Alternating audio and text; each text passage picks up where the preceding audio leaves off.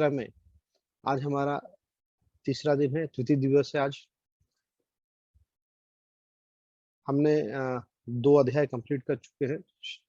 Short में उसका सारांश देख लेते हैं। पहले दिन हमने देखा था कि युद्ध क्षेत्र का निरीक्षण हुआ था। उस दिन अर्जुन ने बहुत रोए थे कि अरे मैं अपनों को कैसे मारूं, अपनों के साथ कैसे युद्ध करूं, ये सभी तो मेरे अपने हैं। और अर्जुन ने युद्ध ना लड़ने का 5 प्रमुख कारण बताए थे। 5 प्रमुख कारण कि किन कारणों से वो युद्ध नहीं करना चाहते। कल के अध्याय में हमने देखा कि कृष्ण ने अर्जुन के 5 कारण को मिथ्या करार दिया। एक-एक करके उनके कारण, जितने भी कारण बताए थे अर्जुन ने युद्ध ना लड़ने का, कि पाप लगेगा हमें, पारिवारिक परंपराएं नष्ट हो जाएंगी, आनंद नहीं मिलेगा, असमंजस की स्थिति, ऐसे जो भी 5 कारण थे सबको उत्तर दिया प्रमाण के साथ। और कल के अध्याय में हमें सबसे बड़ी सीख मिली कि हम तो शरीर नहीं आत्मा है। शरीर क्या है? शरीर नाशवान है, शरीर नाश हो सकता है, आत्मा कभी नाश नहीं होती, क्योंकि आत्मा जो है परमात्मा का अंश है। आज का जो तीसरा अध्याय है कर्म योग है, यानी हम अब देखिए कर्म के ऊपर आ गए, कर्म के टॉपिक पे डिस्कस करेंगे। आज के अध्याय में हम मूलतः क्या सीखेंगे, क्या समझना चाहेंगे कि हम अपना काम कैसे करें जिससे हम अपने काम को पूजा बना सकें, यानी how work can become worship. हमारा कार्य ही हमारा पूजा हो जाए। इतने सुंदर तरीके से हम अपना कार्य करें कि हमारे मन में संतुष्टि हो कि हाँ, हमने हर कार्य में, अपने एक्टिविटीज में, अपनी ड्यूटीज के साथ में हमने न्याय किया है। अधूरे मन से काम नहीं किया, हमने पूरे मन से काम किया है। जब आप कोई चीज पूरे मन से करते हैं, डेडिकेटेड होके, डिवोटेड होके करते हैं, तो उस काम का सक्सेस होना बन जाता है। यानी कर्म द्वारा हम कैसे ईश्वर की पूजा करें, कर्म द्वारा हम कैसे अपने साथ न्याय करें, इसे हम समझेंगे। कल मैं चैट पे देख रहा था, क्लास समाप्त होने के बाद में एक महानुभाव ने प्रश्न पूछा था कि हम भगवत गीता के टॉपिक पे डिस्कस कर रहे हैं, तो क्यों हम इससे डिविएट हो जा रहे हैं, क्यों ऐसा कुछ प्रेजेंटेशन देख रहे हैं जिसका गीता के टॉपिक से लेना देना नहीं है। जैसे कल हमने देखा था IQ, EQ, SQ। देखिए IQ, EQ, SQ एक बड़ा ही विस्तारित टॉपिक है। उसे करने के लिए 2 घंटे, 1.5 घंटे का समय लगता है, लेकिन हमारे पास इतने समय नहीं है, ना ही आपके पास है, क्योंकि आपको भी कॉलेज जाना होता होगा, आपको भी जाना पड़ता होगा, अपने ड्यूटीज के लिए जाना पड़ता होगा, ऑफिस जाना पड़ता होगा। इतना समय आप नहीं दे पाएंगे। उसे हमने थोड़े में किया था, लेकिन फिर भी उसके मैसेज को कैप्चर किया था। कारण क्यों हमने ऐसे प्रेजेंटेशन लिया? देखिए, खाली हम भगवत गीता पढ़े और भगवत गीता में क्या क्या कृष्ण ने बताया है, क्या क्या अर्जुन ने पूछा है, समझ तो लेंगे, लेकिन सुनने में भी बड़ा आनंद आएगा, बड़ा अच्छा लगेगा, अरे बहुत अच्छा ज्ञान मिल रहा है। लेकिन अगर उस ज्ञान को हम अपने डेली लाइफ से, अपने जीवन से संबंधित ना देखें, अपने लाइफ में कैसे उसका एप्लीकेशन करें, कैसे उसका इस्तेमाल करें, ये नहीं जान पाएंगे, तो क्या होगा? सुनने में बड़ा अच्छा लगा, लेकिन उसको हम जीवन में उतार नहीं पाएंगे। तो जीवन में उतार पाए, इसके लिए हम ऐसे टॉपिक लेते हैं जिससे कि आप कनेक्ट हो पाए और गीता की इस ज्ञान को आप अपने अंदर लागू करें, और फिर देखिए जीवन कितना सुंदर बनते जाएगा। ये पर्पस है मेरा, वरना क्यों मैं एडिशनल समय दूं, मैं क्यों मैं आपका समय लूं? मेरा तो रोल यही है कि मैं ऐसा माध्यम चुनूं जिससे कि आपके साथ ज्यादा से ज्यादा संवाद हो सके, आप ज्यादा से ज्यादा इन चीजों को समझ सके। तो आज के टॉपिक को हम देखते हैं योगा ऑफ एक्शन पे। दूसरा प्रश्न एक ने पूछा था कि आप महामंत्र का जप क्यों करते हैं, ये भी चैट में था। देखिए, महामंत्र का जप इसलिए करते हैं ना, कि जैसे हमें कोई बीमारी होती है या बीमारी ना हो, तो उसके लिए हम वैक्सीन लेते हैं। तो हम वैक्सीन लेते हैं तो क्या होता है, एक तरह से वो एंटीडोट का काम करता है, कि कोई बीमारी अगर हो भी गई हमें तो उससे हमें सुरक्षा मिलेगी, या आगे ना हो पाए इसकी हमने उसके लिए एक सुरक्षा कवच बना लिया है। तो महामंत्र का जप इसलिए करते हैं ना, कि जब हम महामंत्र का जप नियमित रूप से करने लगते हैं तो हमारा मन प्योर होता है, डिवोटेड हो जाता है। हम किसी के साथ कुछ गलत करने के बारे में विचार नहीं करते हैं। जब हम किसी के साथ कुछ गलत होने का विचार नहीं करेंगे तो हमारे कर्म भी गंदे नहीं होंगे, हम प्योर बने रहेंगे, तो हमारे संसार में हमें कष्ट कम सहने पड़ेंगे। वरना क्या हो रहा है, हमारे पिछले जन्म में जो हमने किया है ना, वो हमारा प्रारब्ध है, उसका फल हम अब इस जन्म में भोग रहे हैं। तो हम इस जन्म में वही कर्म करेंगे तो अगले जन्म में फिर भोगेंगे। तो इस जन्म में हम सुंदर कार्य करेंगे, अपने को वैक्सीनेटेड कर लेंगे, तो हमारा कर्म सुंदर हो जाएगा। हम बाकी चीज़ों में लिप्त नहीं होंगे, गलत चीज़ों में लिप्त नहीं होंगे, तो हम एक सुंदर पुरुष या सुंदर स्त्री बन पाएँगे। और एक सुंदर पुरुष, सुंदर स्त्री ही प्योर होता है, शुद्ध होता है, उसे ही भगवान स्वीकार करते हैं। कर्मयोग और कर्मकांड एक समान नहीं है, बिल्कुल नहीं।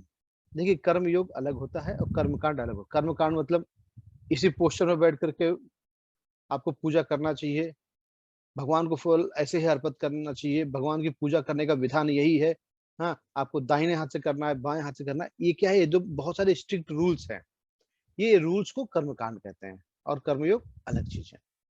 कर्मकांड का तात्पर्य है कि देवी-देवताओं की पूजा करना आत्महित इंद्रिय भोग के लिए, यानी हमें क्या से क्या लाभ मिल पाए, उस लाभ के लिए हम करते हैं। इंद्रिय भोग यानी इंद्रियों की तृप्ति करना। इंद्रियाँ क्या होती है, आज के हम क्लास में देखेंगे।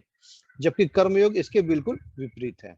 ये लगातार प्रयास में परमेश्वर को खुश करने के लिए, प्रसन्न करने के लिए और सेवा करने के लिए।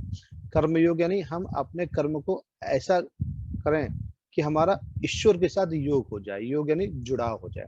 हम कर्मों द्वारा ईश्वर के साथ जुड़ना चाहते हैं। ये कर्मयोग है। देखिए यहाँ पे इस स्लाइड में आप देखेंगे, ये कुछ महानुभाव लोग हैं, ये गरीबों को दान दे रहे हैं। ये क्या है, अच्छे कर्म है। दान देना तो अच्छा कर्म होता है ना। और एक महानुभाव ये है जो बंदूक की नोक पे, पिस्टल की नोक पे पैसे ऐंठ रहे हैं, ये तो बुरा कर्म हो गया।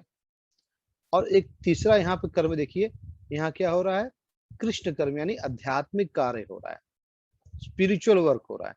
यहाँ क्या हो रहा है, ईश्वर के प्रति सेवा का भाव, पूजा हो रहा है। तो अब अच्छे कर्म करेंगे ना, बहुत अच्छा कर्म करेंगे। आपने स्कूल बना लिया, कॉलेज बना लिया, डोनेशन कर दिया, किसी बीमार व्यक्ति को इलाज करा दिया, भूखे को अन्न दे दिए, किसी की शादी नहीं हो रही, आपने शादी करा दिया, ये अच्छे कर्म होते हैं। इससे आप ज़्यादा से ज़्यादा कहाँ जाएँगे मालूम है? आपका मृत्यु के बाद आप कहाँ जाएँगे? स्वर्गलोक तक जाएँगे। और आप सभी स्वर्गलोक तक जाना चाहते हैं ना? कौन-कौन स्वर्गलोक जाना चाहता है बताइए? जो स्वर्गलोक जाना चाहते हैं हैंड रेज़ करिए ज़रा आप। इस समय 139 लोग हैं हम लोग। देखिए कितने लोग को स्वर्गलोक जाना है?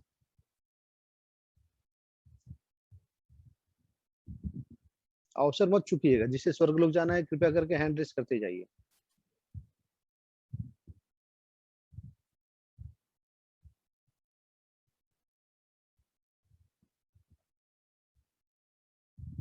41 लोगों ने हैंड रेज़ किया है। 141 में से 42 लोगों ने हैंड रेज़ किया, यानी बाकी लोग को कहाँ जाना है क्लैरिटी नहीं है, या अभी वो निश्चय नहीं कर पा रहे हैं कि कहाँ जाना है। 45 आप सभी हैंड डाउन कर सकते हैं अपना। देखिए, स्वर्गलोक जाना कोई बड़ी बात नहीं है। आपको मेरी बात शायद उचित नहीं लग रही हो, लेकिन कोई बड़ी बात नहीं है। स्वर्गलोक आप जाएँगे ना, जब तक आपके कर्म का भोग रहेगा, पुण्य रहेगा, तभी तक रहेंगे, उसके बाद वापस भेज दिए जाएँगे। वहाँ से आपको रिटर्न टिकट मिलता है। बुरे कर्म करेंगे तो आप स्वर्गलोक क्या, आपको तो नरकलोक जाना पड़ेगा। लेकिन आप आध्यात्मिक कार्य करते हैं, अच्छे कर्म करते हैं, कृष्ण से कर्म करते हैं, तो आप स्वर्गलोक से भी ऊपर जाते हैं। कहाँ? गोलोक जाते हैं। वहाँ क्या कार्य होता है? ईश्वर की सेवा करना, ईश्वर के चरण कमलों की सेवा करना। वहाँ पे जब आप पहुँच जाते हैं, तो वहाँ से आपको रिटर्न आने की ज़रूरत नहीं है। ऐसे जगह जाएँगे, ऐसे धाम में जाएँगे जो कि स्वर्ग से भी कई कई गुना, कितने गुना पता नहीं है, कई गुना सुंदर है। और निरंतर वहाँ रहेंगे, वहाँ से रिटर्न आने की ज़रूरत नहीं है। और स्वर्गलोक में क्या है, जैसे आप कभी वैकेशन पे जाते हैं, आपकी जेब में जितने पैसे होते हैं, उतने ही वैकेशन में रहते हैं। मान लीजिए आपने 1 हफ्ते का वैकेशन प्लान किया, कहाँ गए आप? हिमालय की तरफ गए, है ना? नैनीताल चले गए, कहीं पे भी घूमने के लिए अच्छे स्पॉट पे चले गए आप। आप तभी तक ऐश करते हैं, तभी तक घूमते-फिरते हैं, जब तक आपके बैंक बैलेंस में पैसा रहता है। जैसे ही आपके अकाउंट में से पैसे कम होने लगे, आपके जेब में से, आपके पॉकेट में से पैसे कम होने लगे, तब आप अपने खर्च को कंट्रोल करने लगते हैं। क्यों? कि अगर खत्म हो गया तो कौन देगा मुझे? और फिर जैसे ही खत्म होने का समय आता है, आप प्लान करे रहते हैं कि अरे भैया चलो वापस घर पे चले, वहाँ वापस नौकरी करेंगे, फिर थोड़ा-सा सेविंग करेंगे, फिर आएँगे घूमने कहीं और जाएँगे, है ना? वैसे ही स्वर्गलोक है। यानी जितना पुण्य है, आप जो भी वहाँ पे काम करते हैं, ऐश करते हैं, घूमते फिरते हैं, वहाँ के स्वर्ग के लोग का आनंद भोगते हैं, सब अपने पुण्य से पेमेंट करते हैं आप। हर चीज़ का पेमेंट करते हैं। जैसे-जैसे आपका पुण्य कम होते जा रहा है, कम होते जाएगा, फिर वापस इसी धरती पे पटक दिए जाओगे। फिर कर्म करिए, हो सकता है अच्छा कर्म हुआ तो फिर वही स्वर्ग, या बहुत बढ़िया कर्म हुआ तो गोलोक, या निम्न कर्म हुआ तो नरक लोक। तो ऐसे जगह क्यों जाए जहाँ से हमें रिटर्न होना पड़े? ऐसे जगह जाए जहाँ हमें रिटर्न होने की ज़रूरत ही नहीं है, और स्वर्ग से भी सुंदर है वो, गोलोक धाम। शायद आपने कभी सुना होगा गोलोक के बारे में, या नहीं सुना होगा तो हम बार-बार सुनेंगे। इस 18 दिन की यात्रा में ना गोलोक की चर्चा हम काफ़ी करेंगे। पहला श्लोक है, अर्जुन उवाचः जयसि चेत् कर्मस्ते मता बुद्धि जनार्दन तत् किम कर्मणि घोरे माम नियोजसि केशव। अर्जुन ने कहा, हे जनार्दन, हे केशव, यदि आप बुद्धि को सकाम कर्म में श्रेष्ठ समझते हैं, बुद्धि को सकाम कर्म से श्रेष्ठ समझते हैं, तो फिर आप मुझे इस घोर युद्ध में क्यों लगाना चाहते हैं? यानी कल के अध्याय में हमने देखा था कि अर्जुन के प्रश्नों का उत्तर कृष्ण ने दिया है, लेकिन अर्जुन के मन में अभी भी शंका बनी हुई है। वो अभी भी युद्ध से भागने का प्रयास में लगा हुआ है, चाहता है कि मैं युद्ध नहीं करूं। कह रहे हैं हमारी जो बुद्धि है, बुद्धि को सकाम कर्म में, सकाम मतलब ऐसा कर्म जिसका हमें बेनिफिट मिलेगा। यानी कोई कार्य, जैसे हम किसी से मिलने जा रहे हैं, तो मिलने से क्या बेनिफिट मिलने वाला है वो पता होना चाहिए। हम नौकरी करते हैं तो हमें सकाम नौकरी है ना, नौकरी कभी करेंगे जब तक हमको पेमेंट मिलेगा, पेमेंट नहीं मिला कंपनी को बाय बाय टाटा। क्यों? अरे हम सकाम कर्म कर रहे हैं, फ्री में थोड़ी सेवा दे रहे हैं। तो वैसे ही अर्जुन कह रहे हैं कि बुद्धि को सकाम कर्मों से श्रेष्ठ समझते हैं आप, तो क्यों इसको मुझे युद्ध के लिए बोल रहे हैं? युद्ध में मत लगाइए मुझे। दूसरा श्लोक है, व्यामे श्रेणेव वाक्येन बुद्धिं मोहयसीव मे तद एकम वद निश्चितेन येन श्रेयो अहम आपनुयाम। आपके व्यायाम मिश्रित यानी अनेकार्थक उपदेशों से, यानी काफी सारे आपने उपदेश दे दिए, मेरी बुद्धि मोहित हो गई है, मैं और कंफ्यूज हो गया हूँ। अतः कृपा करके निश्चय पूर्वक मुझे बतलाएं कि इनमें से मेरे लिए सर्वाधिक श्रेष्ठ क्या होगा। मैं अभी भी कंफ्यूज हूँ कृष्ण, आप निश्चय पूर्वक बताएं मुझे कि मेरे लिए करना क्या है, श्रेयस्कर क्या होगा। अब देखिए, अच्छे शिष्य का ये लक्षण होता है। अच्छे शिष्य का लक्षण क्या होता है कि वो अपने डाउट्स को डाउट ना रखे, वो पूछ ले। तो जब वो पूछेंगे अपने गुरु से, डाउट्स पूछते हैं, तो दो बेनिफिट होता है। एक तो उसके मन में डाउट नहीं रह जाता, क्योंकि उसके गुरु उसके डाउट का सोल्यूशन दे देते हैं। और दूसरा बेनिफिट औरों को होता है कि शिष्य तो प्रश्न पूछ रहा है, लेकिन बाकी लोगों को लाभ मिलता है, क्योंकि बाकियों के मन में भी तो ऐसे डाउट होते हैं। अभी हम जब पढ़ते हैं तो सबका सब क्लास में समझ में आ जाए ऐसा जरूरी नहीं है ना। जब कुछ डाउट रह जाता है तो हम सोचते हैं हम प्रश्न पूछ ले, कोई क्या सोचेगा कि अरे मुझे समझ में नहीं आया, लोग हम पे हंसेंगे, इस डर की वजह से हम पूछते ही नहीं है। यानी हमारे मन में डाउट था, वो डाउट रह जाता है और हम कंफ्यूज होते हैं। लेकिन अगर किसी एक बच्चे ने पूछ लिया तो हम खुश हो जाते हैं कि चलो इसने पूछ लिया, इसको तो मालूम पड़ गया, हमको भी मालूम पड़ गया। वैसे ही अर्जुन है, अर्जुन सब प्रश्न पूछ रहे हैं और इससे हमारा बेनिफिट है, क्योंकि कृष्ण उसके उत्तर दे रहे हैं, उस उत्तर से हम और आप सभी लाभान्वित हो रहे हैं। तीसरा श्लोक है, लोके अस्मिन् द्विविधा निष्ठा पूरा प्रोक्त मया नघ ज्ञान योगेन साख्यानाम कर्म योगेन योगिनाम। श्री भगवान ने कहा, है निष्पाप अर्जुन। अर्जुन को क्या कह रहे हैं? निष्पाप, यानी अर्जुन कितने शुद्ध है देखिए। कृष्ण अगर किसी को निष्पाप कहे तो अर्थ है उसका, मैं पहले ही बता चुका हूं कि आत्म साक्षात्कार का प्रयत्न करने वाले दो प्रकार के पुरुष होते हैं। यानी सेल्फ रियलाइजेशन करने वाले दो टाइप के लोग होते हैं। कुछ इसे ज्ञान योग द्वारा समझने का प्रयत्न करते हैं, तो कुछ भक्ति मार्ग के द्वारा। ज्ञान योग यानी, ज्ञान योगी कौन होते हैं? ज्ञान योग किसे कहते हैं?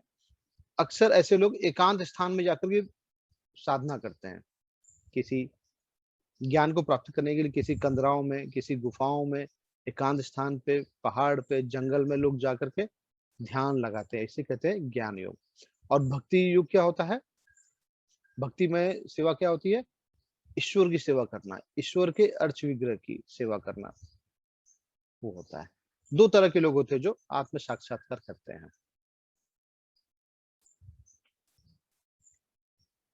यानी किस रास्ते पे जाएं, दिस वे और दैट वे, कौन से रास्ते पे जाना है? अर्जुन अभी भी कंफ्यूज है ना? अर्जुन ने समर्पण किया है, इसलिए हमें भी समर्पण करना चाहिए जब हम कुछ समझ नहीं पाते हैं। एकमवाद यानी कौन से रास्ते पे? ज्ञान के रास्ते पे, एकांत स्थान में जाना है, या हनुमान जी की तरह भक्ति के रास्ते पे? हनुमान जी जैसा भक्त कोई नहीं है, हनुमान जैसा सुंदर भक्त होना मुश्किल नहीं, नामुमकिन है। अब देखिए चौथा श्लोक में क्या है, चौथे श्लोक में क्या कह रहे हैं? न तो कर्म से विमुख होकर कोई कर्मफल से छुटकारा पा सकता है, और न केवल संन्यास से सिद्धि प्राप्त की जा सकती है ना? कर्म से विमुख नहीं होना चाहिए, अपनी ड्यूटी से कोई भागना नहीं चाहिए। कर्म से विमुख हो गए तो क्या कर्मफल से छुटकारा मिलेगा? ना ना। और नहीं केवल संन्यास से सिद्धि प्राप्त की जा सकती है। यानी अगर बहुत सारे लोग ऐसे होते हैं उनके ऊपर जिम्मेदारियां आ जाती हैं, है ना?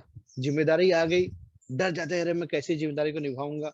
कोई कोई ऐसे भी होते हैं बैंक से बहुत लोन ले लेते हैं, किसी से लोन ले लिए, कर्जे ले लिए, कुछ घर में गलत हो गया, कुछ लाइफ में गलत हो गया, तो डर करके भाग जाते हैं, मेरे से नहीं हो पाएगा सोच करके भाग जाते हैं। कुछ लोग सुसाइड भी कर लेते हैं, हिम्मत हार जाते हैं।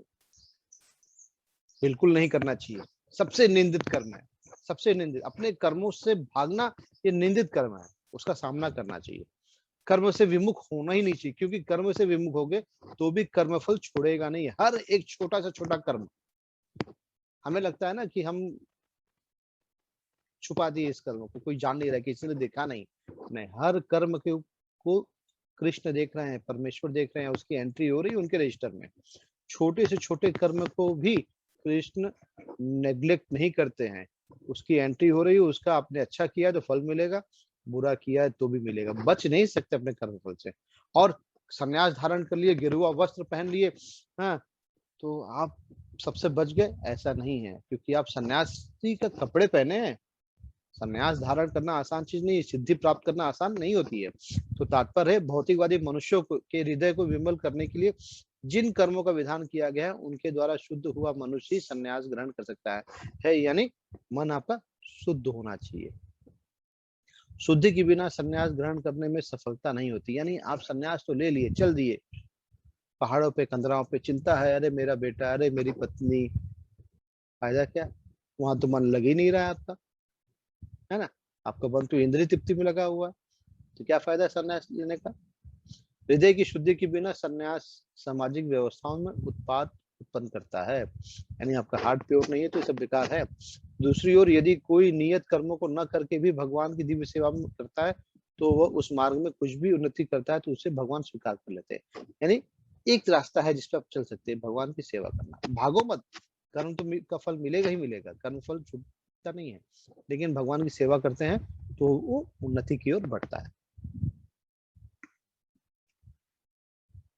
अब देखिए ये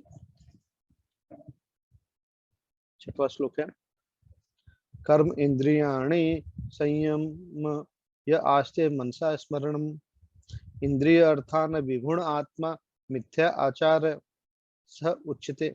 अब देखिए ये महानुभाव सन्यासी है ना, गेरुआ वस्त्र पहने हुए हैं, गले में बड़ी सी माला पहनी हुई है, हाथ में कमंडल लिए हुए हैं, और हाथ में सिगरेट भी है। यानी सिगरेट क्या है? इंद्रिय तृप्ति। इंद्रिय तृप्ति मतलब हम अपने शरीर को संतुष्ट करने में लगे हुए। इंद्रियां जो है, देखेंगे आगे वाली स्लाइड में कि कैसे हम अपने जीभ को, कैसे अपने त्वचा को, कैसे आंख को, कैसे नाक को हम संतुष्ट करना चाहते हैं, कैसे कान को संतुष्ट करना चाहते हैं। 5 इंद्रियां होती हैं, इसको संतुष्ट करना ही इंद्रिय तृप्ति कहते हैं। जो कर्मेंद्रियों को वश में तो करता है, किंतु जिसका मन इंद्रिय विषयों के चिंतन करता रहता है वह निश्चित रूप से स्वयं को धोखा देता है और मिथ्याचारी कहलाता है। यानी कर्म इंद्रिय को कंट्रोल तो कर लिए, लेकिन मन कंट्रोल में नहीं आया। हमारा मन जो है ना, या तो शत्रु, हम अच्छा कर्म किए तो मित्र है, और वरना हमारा मन शत्रु बन जाता है। मन जैसा मित्र नहीं, मन जैसा शत्रु नहीं। वो निश्चित रूप से स्वयं को धोखा देता है। यानी आप अपने को कंट्रोल नहीं कर पाए, इंद्रिय तृप्ति कर रहे हैं, भांग खा रहे हैं, धतूरा ले रहे हैं, चिलम फूक रहे हैं आप, तो फिर आप तो अब इंद्रिय तृप्ति में लगे हुए हैं। इंद्र सुख चाहिए आपको, तो आप क्या कर रहे हैं? मिथ्याचारी है। कौन कह रहा है? हम नहीं कह रहे हैं, ये कृष्ण स्वयं कह रहे हैं। क्या करें? इंद्रियार्थ आत्मा, यानी इंद्रिय विषयों को विमूढ़, मतलब मूर्ख है। ऐसे लोग को मूर्ख कहा है। मिथ्याचार नहीं, दम्भी दिखावा करने वाले, एक्चुअल में है नहीं दिखावा करना। ये योगी के वस्त्र पहने हुए हैं, सिगरेट पी रहे हैं, इंद्रिय तृप्ति कर रहे हैं, यानी इंद्रिय सुख की अभिलाषा है। कितने सारे तीर्थों में चले जाइए, वहां पे आपको ऐसे लोग मिल जाए, बोले जब चाय पिला दीजिए। अरे आप जब चाय के सुख को नहीं छोड़ पा रहे तो संन्यास धारण करके क्या फायदा? अब देखिए, अब आपको बताता हूँ मैं, हम ये इस्कॉन मैंगलुरु के सौजन्य से जो ये ऑनलाइन प्रोग्राम कर रहे हैं, फ्री है, कंप्लीटली फ्री है, कोई हिडन कॉस्ट नहीं है। ऐसा नहीं कि आज फ्री है कल बोलेंगे जरा कुछ पेमेंट कर दीजिए, नहीं, कंप्लीटली फ्री है ये। क्यों? कुछ ऐसे दानदाता हैं जो दान देते हैं, ऐसे कर्मों को प्रमोट करते हैं, और उनकी वजह से हम ऐसे ऑनलाइन क्लासेस ले पाते हैं। तो वो जो थोड़े परेशान हो जाते हैं ना कभी कभी, वो दानी लोग क्या कहते हैं, अरे हम सिर्फ एक काम करेंगे ना प्रभु, सब बिजनेस छोड़ देंगे, धंधा छोड़ देंगे, घर छोड़ देंगे, हम भी चलेंगे एकांत स्थान में रहेंगे, वहां जो भक्ति करेंगे, वहीं मन लगाएंगे। तो हम तो उनसे कहते हैं, भैया कुछ भी छोड़ना नहीं, जोड़ना है। कुछ छोड़ो मत। भगवत गीता के 700 श्लोक में एक बार भी कृष्ण ने नहीं कहा है कि आप परिवार छोड़ दीजिए, घर छोड़ दीजिए, सन्यासी बन जाइए, नहीं, कभी नहीं कहा है कृष्ण ने। कृष्ण ने कभी नहीं कहा है कि आप ब्रह्मचारी बन जाइए, कृष्ण ने कभी नहीं कहा है, घर छोड़ना नहीं कहा है। इसलिए छोड़ो मत, जोड़ो। क्योंकि अगर आप घर परिवार बिजनेस छोड़ करके किसी भी तीर्थ में चले जाओगे, मन तो शुद्ध नहीं रहेगा, मन में तो कहीं ना कहीं लालसा रहेगी, इंद्रिय तृप्ति तो पूरा हुआ नहीं है, तो चाहिए, तो आपका मन अपवित्र रहेगा, तो इंद्रिय सुख के लिए ललायित रहेगा, यानी आप वासना से घिरे रहोगे, तो आप जाके भी करोगे क्या, और गिर जाओगे। इससे अच्छा भक्ति घर पे बैठे किए रहो, करते रहो। वहां जाओगे, किसी को देख लिया आपने, अरे ये तो बड़ी सुंदर है, बड़ी सुंदर है, उसको देखने लग गए, तो क्या कर रहे हैं? अपनी आंखों को तृप्त कर रहे हैं आप, इंद्रिय सुख है ना। किसी स्त्री को देख के उसकी सुख लेने लगे, तब तो फिर आप बेकार है आपका संन्यास लेना, क्या फायदा? इसलिए शुद्ध मन से करिए, मन शुद्ध है तो ही फायदा, अदरवाइज नहीं। भरत महाराज, इनकी एक छोटी सी कथा है, मैं आपको बताता हूँ भरत महाराज के बारे में। भागवत में 24 मुख्य अवतार, अवतार तो कृष्ण के बहुत है, अनंत है अवतार उसके, गुण अवतार, लीला अवतार, अंश अवतार, लेकिन मुख्यतः 24 अवतारों में से एक जो है ऋषभ देव है, उनके अवतार है। उस ऋषभ देव के पुत्र थे भरत महाराज, उनकी वजह से नाम भारत पड़ा हुआ है। ये क्या बहुत ही सुंदर राज्य किया करते थे, इनकी प्रजा इनसे बहुत प्रेम करती थी, इनके कार्य में सब कुछ बड़ा सुंदर चलता था। लेकिन पहले के समय में ऐसा हुआ करता था कि जो है संन्यास आश्रम बहुत लोग लिया करते थे, तो संन्यास लेने के लिए इन्होंने एक दिन ऐसे ही चल दिए, अपने राज्य को अपने बेटे को सौंप के चल दिए, क्योंकि बता करके जाते तो प्रजा जाने नहीं देती, इसलिए संन्यास आश्रम आ गए। ध्यान से पूजा करने लगे, ईश्वर का ध्यान करने लगे, भक्ति में लग गए, और भक्ति में निरंतर निरंतर निरंतर उन्नति करने लगे। एक दिन क्या हो गया कि ये नदी के किनारे अपनी कुटिया बना के रहते थे। वहां नदी के किनारे कुछ हिरण थे, कुछ जानवर थे, पानी पी रहे थे। एक हिरनी गर्भवती थी, तभी वहां पे एक शेर आ गया। अब शेर दहाड़ा तो उसके डर से सभी भाग चढ़े, छलांग मार दी उस तरफ के लिए। अब ये हिरनी भी छलांग लगाने का प्रयास की बचने के लिए, लेकिन जैसे छलांग लगाई, गर्भवती होने के कारण सक्षम नहीं थी छलांग लगाने में, तो उसका गर्भ गिर गया और बेचारी हिरनी तो मर गई, प्रसव पीड़ा से मर गई। अब ये गर्भ गिर गया, सब ये देख रहे हैं,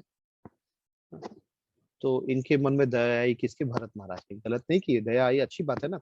वो गए, उस हिरनी के बच्चों को लेके आ गए, हिरनी के बच्चों को लेके आ गए। अब हिरनी के बच्चे की सेवा करने लगे। अब सेवा इतना करने लगे कि दिन रात उसी बच्चे के बारे में विचार करते थे, कहाँ खेल रहा है, क्या कर रहा है, उसने कुछ खाया कि नहीं। अपनी जो दैनिक क्रिया थी, पूजा पद्धति थी, ईश्वर की भक्ति थी, कम होती गई, कम होती गई, कम होती गई। क्यों? ध्यान तो वहां ज्यादा लगने लगा। अब वो है तो पशु, हिरनी का बच्चा पशु है ना, तो उसे तो वो पशु जैसे ही व्यवहार करेगा, कभी इधर चरने चले जाता था, कभी इधर घूमने चले जाता था। अभी बेचारे परेशान, दिख नहीं रहा है, दिख नहीं रहा है। कभी कभी भोजन नहीं करते थे, अरे दिख नहीं रहा है। एक दिन क्या हो गया कि और हिरण का एक झुंड आया, तो हिरण का झुंड आया तो हिरण के बच्चे को बड़ा आनंद आया कि अरे ये सब तो मेरे जैसे हैं। चल दिया उनके साथ, और ये महाराज ढूंढने लगे, कहाँ गया, कहाँ गया, कहाँ गया। और ढूंढते ढूंढते पहाड़ की चोटी पे पहुंच के गिर पड़े। वहां से पहाड़ की चोटी पे पहुंच के गिर पड़े तो क्या हो गया? मृत्यु हो गई इनकी। इनकी मृत्यु हो गई। मृत्यु के समय इनके मन में विचार क्या था? हिरण के बच्चे के बारे में। तो आपकी जब मृत्यु होती है, या हमारे जब मृत्यु होगी, जो अंततः हम विचार करेंगे हमको वही फल मिलता है, याद रखिएगा। तो इनका अगला जन्म हिरण का हो गया, लेकिन इन्होंने भक्ति की थी, काफी उच्च कोटि की भक्ति की थी, इसलिए ईश्वर की कृपा थी इनके ऊपर कि इनको पिछले जन्म का याद था। तो इनको याद था कि मैंने पिछले जन्म में गलत काम किया था, भक्ति तो की, लेकिन मैं बाद में अपना मन एक हिरण के बच्चे पे लगा बैठा, ईश्वर पे लगाने के बजाय उस पे, और अंततः मेरी मृत्यु का कारण बन गया। तो हिरण तो बन गए थे, तो क्या करते थे?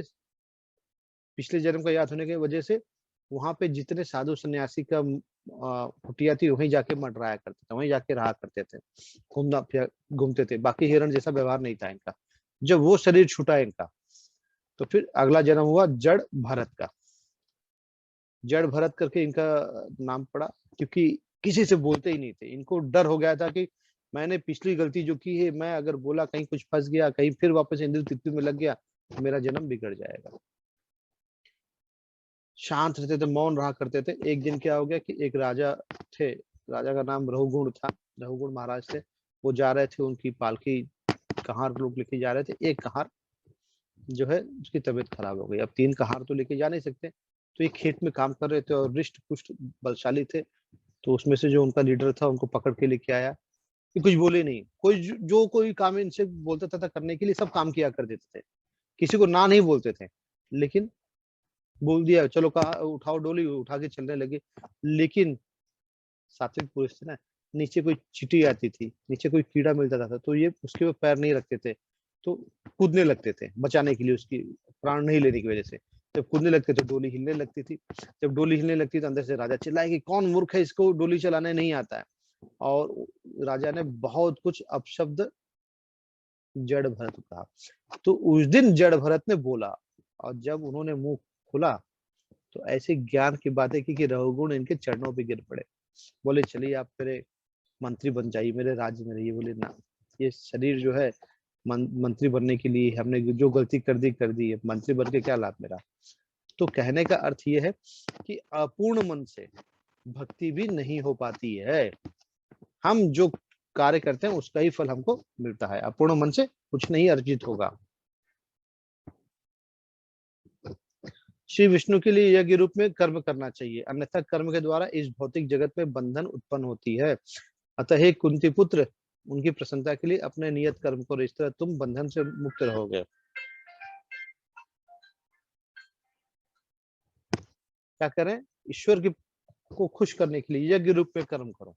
यानी कर्म जो भी आप करेंगे वो किसके लिए होना चाहिए? कृष्ण के लिए होना चाहिए। भगवान विष्णु की प्रसन्नता के लिए कर्म करना चाहिए। इस जगत में किया जाने वाला कोई भी कर्म बंधन का कारण होगा, क्योंकि अच्छे तथा बुरे कर्मों के फल होते हैं।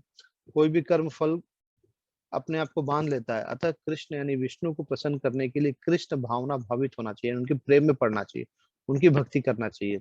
और जब कोई ऐसा कर्म करता है तो मुक्त दशा को प्राप्त होता है, यानी वो मुक्ति को प्राप्त होता है। यही महान कर्म कौशल है, और प्रारंभ में ही इस विधि में अत्यंत कुशल मार्गदर्शन की आवश्यकता होती है। इस कर्म को करने के लिए क्या होना चाहिए? कर्म करना चाहिए स्वयं से।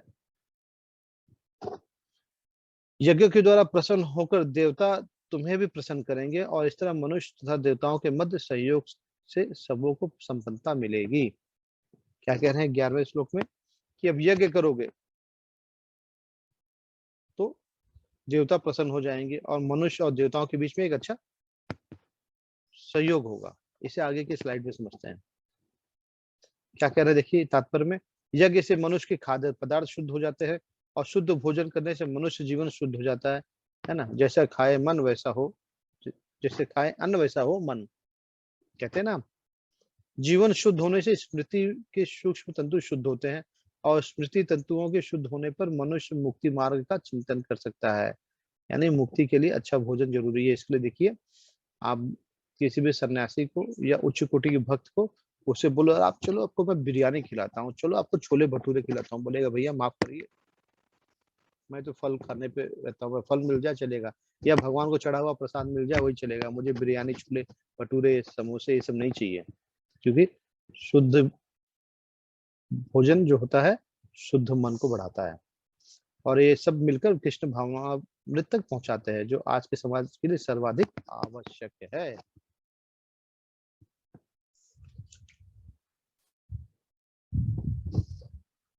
जीवन की विभिन्न आवश्यकताओं की पूर्ति करने वाले विभिन्न देवता यज्ञ संपन्न होने पर क्या होते हैं, प्रसन्न हो जाते हैं और हमारी सारी आवश्यकताओं की पूर्ति करते हैं। किंतु जो इन उपहारों को देवताओं को अर्पित किए बिना भोगता है वो निश्चित रूप से चोर है। अब देखिए बहुत बड़ी बात बोल दिया गया। क्या बोल दिया गया कि अगर आप भगवान को अर्पित नहीं करते कुछ भी और स्वयं भोगते हैं तो हम चोर हैं। देखिए क्या कर रहे हैं,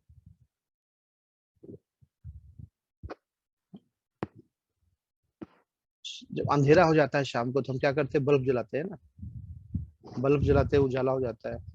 हम घर में इलेक्ट्रिसिटी यूज करते हैं, उसका हर महीने बिल भरते हैं, नहीं भरेंगे तो बिल नहीं पेमेंट किए तो क्या होता है, बिजली विभाग से कोई आएगा कनेक्शन काट ले जाएगा। लेकिन ईश्वर हमें उजाला देते हैं, हवा देते हैं, ऑक्सीजन देते हैं, क्या हम कभी उनका धन्यवाद करते हैं क्या? सही है, कभी उन्हें धन्यवाद किया, अरे उजाला हो गया चलो हवा दे दे। मान लीजिए कोई बीमार पड़ गया, सांस नहीं ले पाता है तो उसे ऑक्सीजन लगाना पड़ता है ना। कोरोना के टाइम पे बहुत लोगों को ऑक्सीजन लगा, ऑक्सीजन आर्टिफिशियल था, वो लगाने का कितना बिल भरना पड़ा। अब भगवान हमें नेचुरल ऑक्सीजन दे रहे हैं कि हमने उनका धन्यवाद किया? नहीं। तो हम जब भगवान हमको जो उपहार देते हैं उनका अगर हम भोजन हमको ईश्वर के द्वारा मिल रहा है, देवताओं द्वारा के सहयोग से मिल रहा है, वो भोजन अगर हम कृष्ण को अर्पित नहीं करते हैं, देवताओं को अर्पित नहीं करते हैं, स्वयं ग्रहण करते हैं, तो क्या हो गया, हम तो एहसान फरामोश हो गए ना। इसलिए कभी भी ईश्वर को अर्पित करके ही करना चाहिए, नहीं तो हम चोर कहलाते हैं। अब देखिए यज्ञ का चक्र यानी साइकिल ऑफ सेक्रीफाइस समझते हैं। ये समझ में आ गया तो पिछले स्लाइड भी समझ में आ जाएंगे।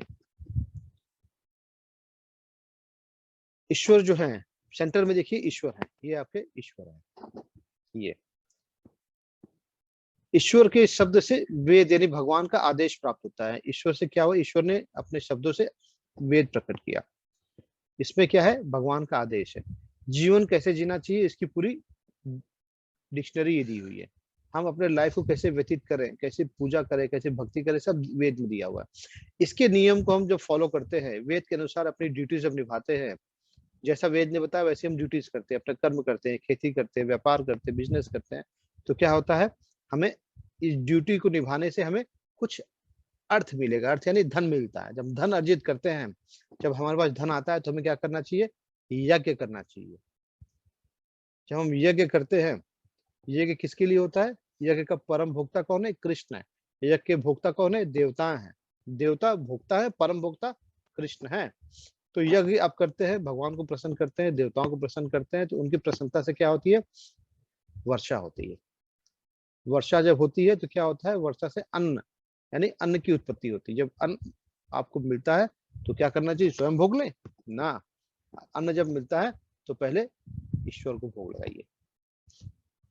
उस अन्न से क्या करना चाहिए, कृष्ण को नैवेद्य अर्पित करना चाहिए और फिर स्वयं को भोग लगाना चाहिए। स्वयं को लगा लिए, भगवान को नहीं पूछे तो आप चोर कहलाएंगे। क्यों, मिल रहा है उनसे, मिल रहा है उनसे, पैसे के बल पे आप अन्न नहीं पैदा कर पाएंगे। पैसा भी आप किसके भरोसे पा रहे हैं, किसके नसीब से पा रहे हैं, हमको पता नहीं है। तो ईश्वर को सहयोग करना चाहिए। 13वां श्लोक देखिए, बहुत सुंदर श्लोक है।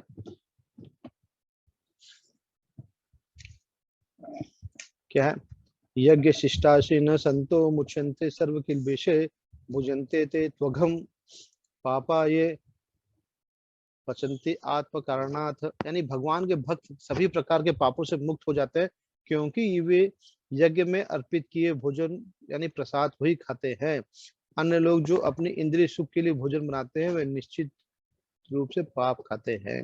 कहने का अर्थ है कि भक्त को, जो अपने आप को भक्त बनाना चाहता है, जो भक्त के रास्ते में चलना चाहता है, उसे वही भोजन करना चाहिए जो उसने कृष्ण को अर्पित किया है। जब कृष्ण को अर्पित कर देंगे तो क्या हो जाता है, वो प्रसाद बन जाता है। उस प्रसाद को आप ग्रहण करेंगे, मन शुद्ध हो जाएगा आपका। नहीं तो क्या होता है, इंद्रिय सुख के लिए, अपने जीवा के सुख के लिए हम खाते हैं, टेस्टी लगना चाहिए, पिज्जा खाएंगे, बर्गर खाएंगे, है ना, केएफसी में जाएंगे, मैकडोनल्ड में जाएंगे, पानी पूरी खाएंगे, सब क्या कर रहे हैं, अपने जीवा को शुद्ध करने के लिए नहीं, जीवा के को तृप्त करने के लिए खा रहे हैं, तो हम गलत कर रहे हैं, पाप खा रहे हैं। अच्छा नहीं लग रहा है सुनने में ना, लेकिन हकीकत यही है। अब समझिए कैसे। हर दिन ईश्वर को कुछ न कुछ जरूर अर्पित करना चाहिए। कुछ भी अर्पित करिए, फल अर्पित करिए, दूध अर्पित करिए, ड्राई फ्रूट्स अर्पित करिए, कुछ भी। यही से क्या होता है, कर्मयोग की शुरुआत होती है, यानी हम अपने कर्म ईश्वर को समर्पित करते हुए करेंगे।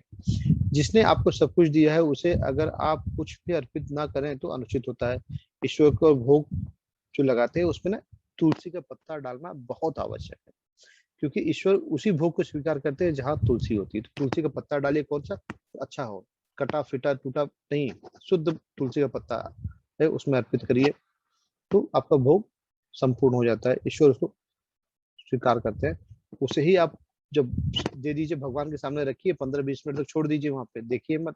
उसके बाद में वही लेके आइए भोजन, अपने पूरे बड़े से भोजन में जो अपने परिवार के लिए बनाया उसमें आप मिक्स कर दीजिए, आपका घर का अन्न प्रसाद बन गया, आप खाएंगे तो आपका मन शुद्ध रहेगा, तो ये सात्विक भोजन हो जाता है। लेकिन भोजन कौन सा भगवान को अर्पित करना चाहिए, बेगर लहसुन प्याज का, मलका मसूल नहीं।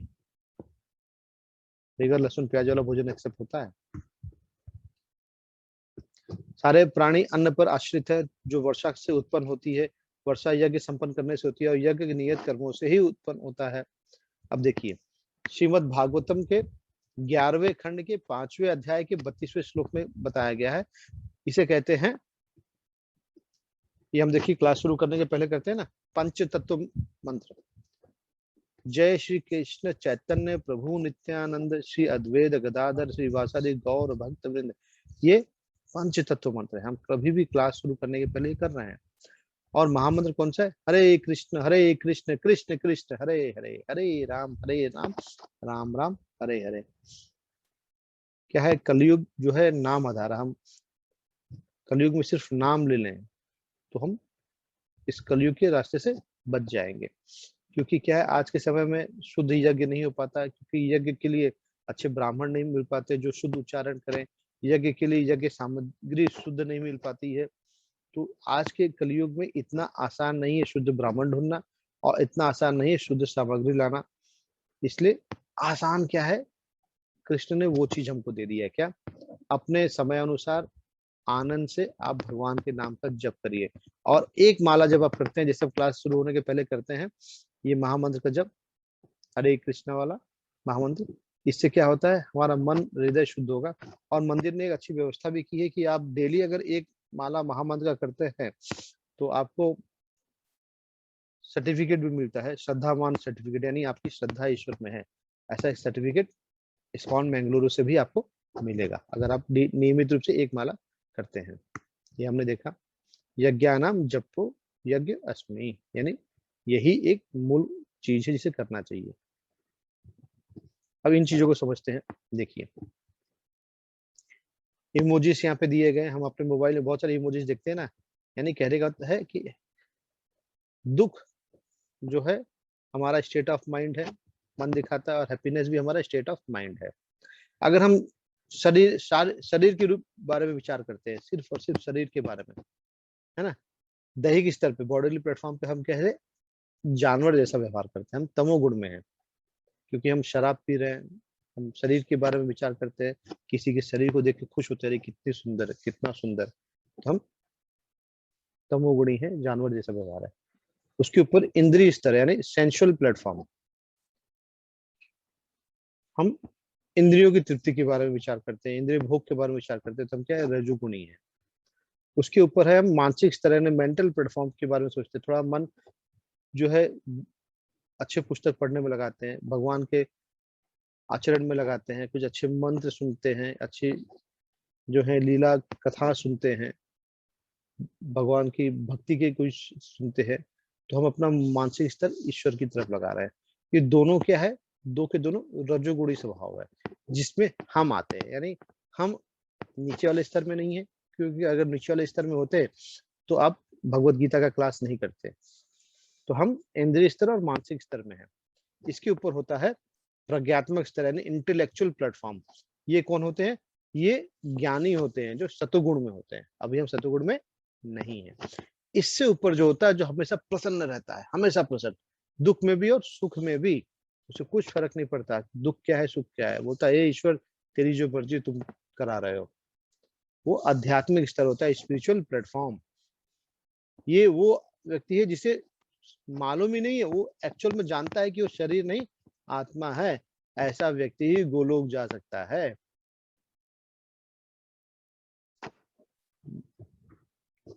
42वां श्लोक क्या कहता है? अल्पज्ञानी मनुष्य वेदों के उन अलंकारित शब्दों के प्रति अत्यधिक आसक्त रहते हैं जो स्वर्ग की प्राप्ति, अच्छे जन्म, शक्ति इत्यादि के लिए विविध सकाम कर्म करने की संस्तुति करते हैं। यानी जो अल्पज्ञानी, कम ज्ञानी लोग क्या करते हैं, ऐसे बुक पढ़ेंगे, ऐसे वेद पढ़ेंगे, अरे वो पढ़े, वो श्लोक दिया है, ये यज्ञ करने के लिए कहा है, जिससे स्वर्ग मिलेगा, अच्छे जन्म मिलेंगे, उसके चक्कर में पड़ा रहता है कि हमको स्वर्ग मिल जाए, अच्छा जन्म मिल जाए, ज्यादा शक्ति मिल जाए, सिद्धि मिल जाए। उनके चक्करों में पड़ा रहता है, क्योंकि उसे भौतिक लाभ चाहिए होता है, सकाम कर्म चाहिए होता है। ऐसे लोगों को पुण्य अधिक मिल जाएगा, स्वर्ग के से आगे नहीं जा पाते हैं। हमने कहा था ना 5 इंद्रियां। देखिए, ये 5 घोड़े जो है ना हमारी इंद्रियां हैं। एक देखिए सेंसस की बात करेंगे, देखिए हमारे आंख, नाक, कान, त्वचा और जिह्वा यानी जीभ। इन पांचों इंद्रियों में सबसे खतरनाक जीभ होती है, इसे कंट्रोल करना आसान नहीं है। और ये जो रस्सियां हैं ना, पांचों घोड़ों को जो बांधे हुए हैं, ये हमारा मन है। हमारा मन बहुत ही चंचल होता है, मन को कंट्रोल करना तो सबसे खतरनाक। यानी हम, अर्जुन ने एक श्लोक में कहा है कि मैं वायु को कंट्रोल में कर सकता हूँ, मन को कंट्रोल में नहीं कर सकता हूँ। ये मन है, ये हमारी बुद्धि है और ये हमारी आत्मा है। यानी हम अच्छे व्यक्ति होंगे, अगर हम अच्छे होंगे तो हमारी बुद्धि सकाम कर्मों के बजाय निष्काम कर्मों में, भक्ति में लगेगी, और हमारा मन इन सभी इंद्रियों को कंट्रोल करेगा।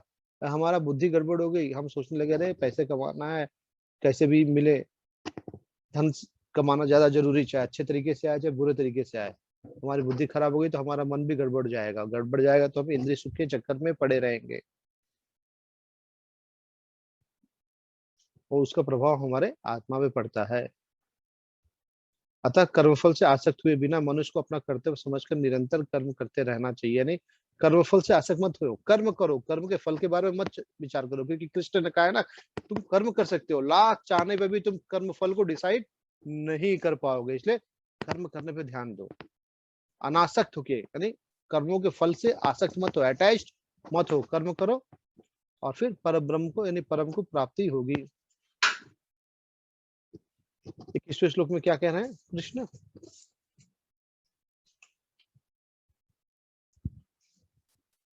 यत् यत् आचरति श्रेष्ठ तत् एव इतरः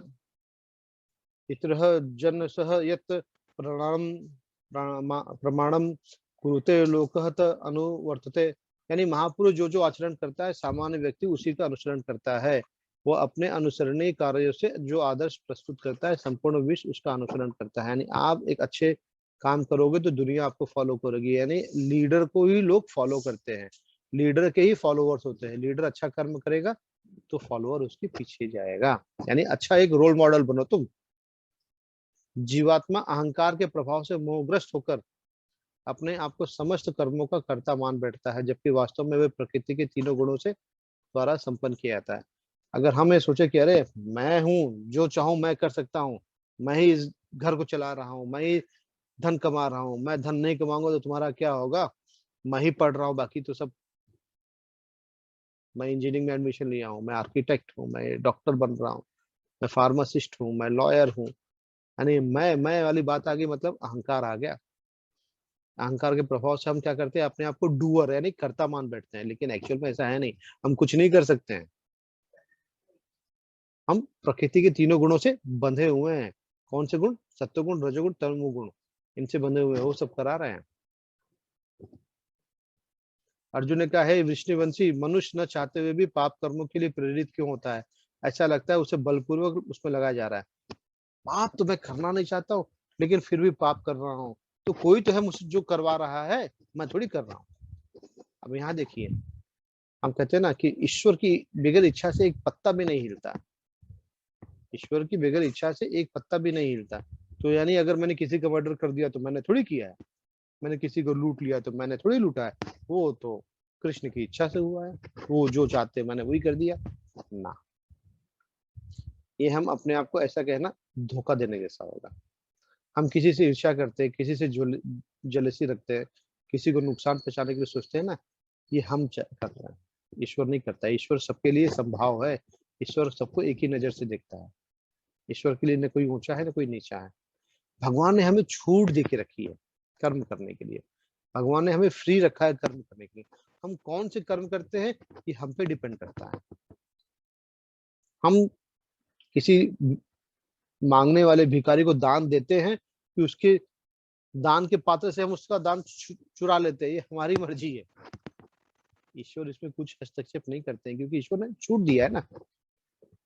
माँ बाप बच्चे को पढ़ाते लिखाते हैं, जब बच्चा अपने पैर पे खड़ा हो जाता है तो माँ बाप उसे छोड़ देते हैं ना, करो अपना कर्म करो, अपने जीविका चलाओ, अपना जीवन जियो, छूट देते हैं ना। उसी तरह से हमारे ईश्वर जो है, हमारे पिता हैं, हमें छूट दिए हैं करने के लिए। हम अच्छा करेंगे तो फल मिलेगा, गलत करेंगे तो भी हमें फल मिलेगा। बलपूर्वक कोई नहीं करा रहा है आपसे। जिस प्रकार अग्नि धुएं से, दर्पण धूल से, अथवा जो भ्रूण है गर्भाशय से आवृत रहता है, उसी प्रकार जीवात्मा इस काम की विभिन्न मात्राओं से आवृत होता है। जीवात्मा यानी हमारे अंदर जो आत्मा है, क्या होता है, वो इसमें फंसा रहता है। अग्नि है लेकिन धुआं इसलिए पता नहीं चल रहा है ना।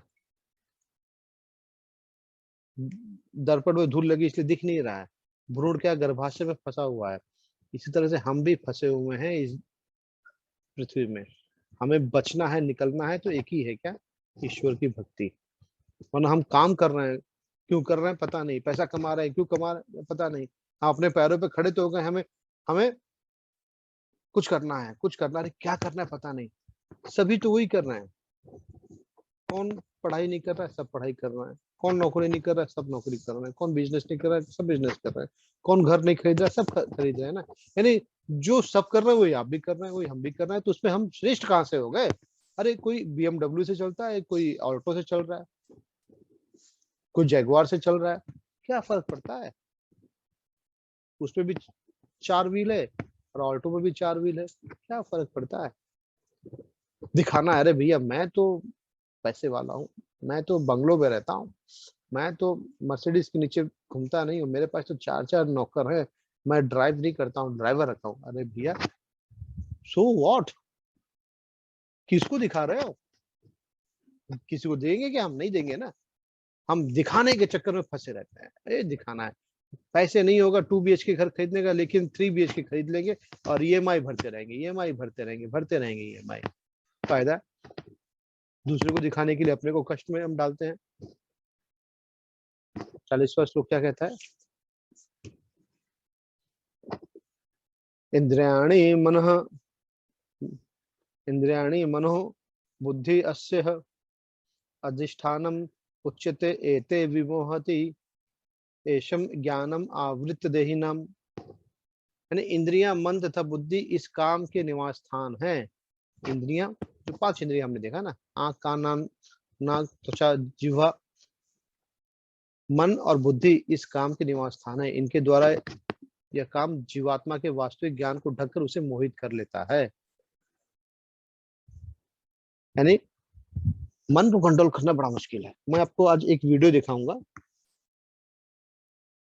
Me and my mind. हो सकता है आप में से कुछ लोग देखे होंगे। तो क्लास जब समाप्त होगा तो आप लोग जाए नहीं, प्रश्नोत्तर के लिए भी रुकिएगा और ये वीडियो देखिएगा। बहुत ही सुंदर वीडियो है। मेरा उद्देश्य यही है कि हम उसे चीजों को जो सुन रहे हैं उसे समझें। मन को कंट्रोल हमने कर लिया ना तो काफी कुछ प्रगति हम कर लेते हैं। भगवान कृष्ण उन स्थानों को संकेत कर रहे हैं जिससे शत्रु को जीतने वाला ये जान ले कि शत्रु कहाँ पर है। मन समस्त इंद्रियों के कार्यकलापों का केंद्र बिंदु है, यानी सेंटर पॉइंट कौन है? मन है। अतः जब हम इंद्रिय विषयों के संबंध से में सुनते हैं तो मन इंद्रिय तृप्ति के समस्त भावों को आगार बन जाता है। इस तरह मन तथा इंद्रियां काम की शरण स्थली बन जाते हैं। इसके बाद बुद्धि ऐसे काम पूर्ण रुचियों को राजधानी बन जाती है। जो बुद्धि आत्मा की निकट पड़ोसन है। सबसे नजदीक कौन रहता है आत्मा के? बुद्धि। काम में बुद्धि से आत्मा प्रभावित होती है, जिससे उसमें अहंकार उत्पन्न होता है और वह पदार्थ से तथा इस प्रकार मन तथा इंद्रियों से अपना तादात्म्य कर बैठता है। आत्मा की को भौतिक इंद्रियों को भोग करने की लत पड़ जाती है, जिससे वह वास्तविक सुख मान बैठता है।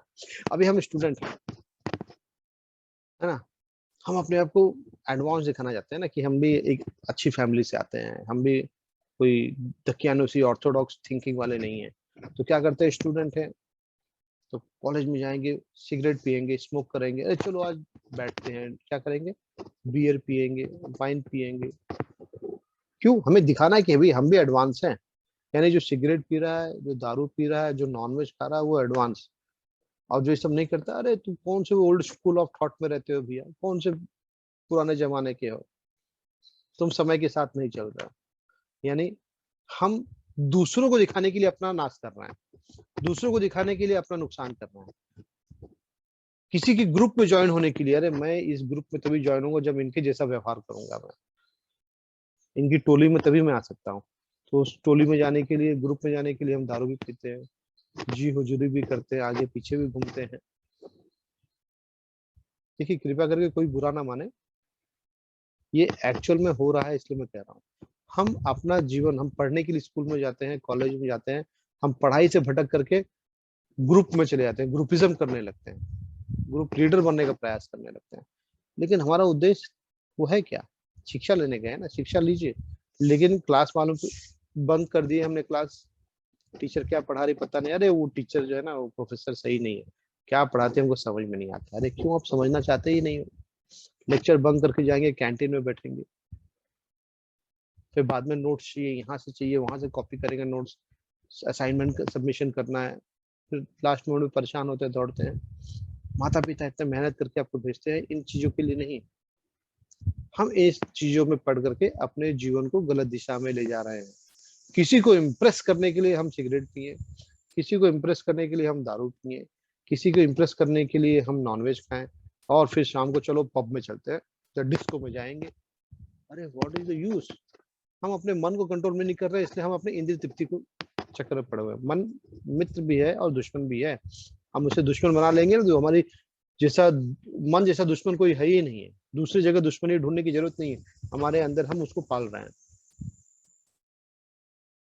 41वें 43वें श्लोक क्या कर रहे हैं? इसलिए हे भरत वंशियों में श्रेष्ठ अर्जुन, प्रारंभ में ही इंद्रियों को वश में करके इस पाप का महान प्रतीक यानी काम, लस्ट जिसे कहते हैं हम, का दमन करो और ज्ञान तथा आत्म साक्षात्कार के लिए इस विनाशकर्ता का वध करो। जो हम हमारा नाश कर सकता है क्या? लस्ट। कॉलेज में चले गए तो हम तभी अपने आप को फेमस समझेंगे जब हमारे पास कोई गर्लफ्रेंड होगी। अरे हमारे पास गर्लफ्रेंड नहीं है तो अरे लाइफ तो बेकार हो गई, ऐसा सोचते हैं। गर्लफ्रेंड सोचेगी अरे बॉयफ्रेंड नहीं हुआ तो फिर कॉलेज में गई मालूम कैसे पड़ेगा। ये लाइफ नहीं है ये। देखिए बुरा मत मानेगा, ये स्टेजेस से हम गुजर चुके हैं। हम भी कॉलेज किए हैं, हमने भी एजुकेशन लिया है, पीजी किए हैं, तो इन सब चीजों से गुजरे हैं कि हमने भी वही किया, ऐसा नहीं कि नहीं किया है। लेकिन अब समझ में आ रहा है कि हमने अपना समय नुकसान किया, लेकिन अंदर भक्ति थी हमारे, तो हम इतने नहीं चल पड़े, गए लेकिन टच करके चले आए, उसमें फंसे नहीं। तो उस शिक्षा का जो मुझे मिली है वो मैं आपको बता रहा हूँ, ताकि आप इस एज में है, यंग एज में है, यूथ है, आप यूथ को सही दिशा दें। इस प्रकार के महाबाहु अर्जुन, अपने आप को भौतिक इंद्रियों, मन तथा बुद्धि से परे जानकर और मन को सावधान आध्यात्मिक बुद्धि यानी कृष्ण भावना मृत में, कृष्ण के में स्थिर करके आध्यात्मिक शक्तियों द्वारा इस काम रूपी दुर्जय शत्रु को जूझ सको। काम रूपी यानी लस्ट को जीतना है तो आपको मन को कंट्रोल करना पड़ेगा। मन कंट्रोल नहीं तो you are not in control, you are in control of others, दूसरों के कंट्रोल में हो जाएंगे आप। तो आज का अध्याय समाप्त हो रहा है। एक सुंदर सा वीडियो देखेंगे हम। वैराग्य या कर्म के बारे में हमने पहले और दूसरे श्लोक में पढ़ा। निष्काम कर्मयोग के बारे में हमने 3 से 9वें श्लोक में पढ़ा। कर्मकांड से कर्मयोग के बारे में 10 से 16वें श्लोक में पढ़ा हमने। एग्जाम्पल देने के लिए यानी रोल मॉडल बनने के लिए 17 से 35वें श्लोक में। और सबसे बड़ा दुश्मन कौन है हमारा? मन। सबसे बड़ा दुश्मन कौन है? काम, क्रोध। ये सब हमने कहाँ पढ़ा? 36 से 43वें श्लोक में। तो आप सभी बने रहिए।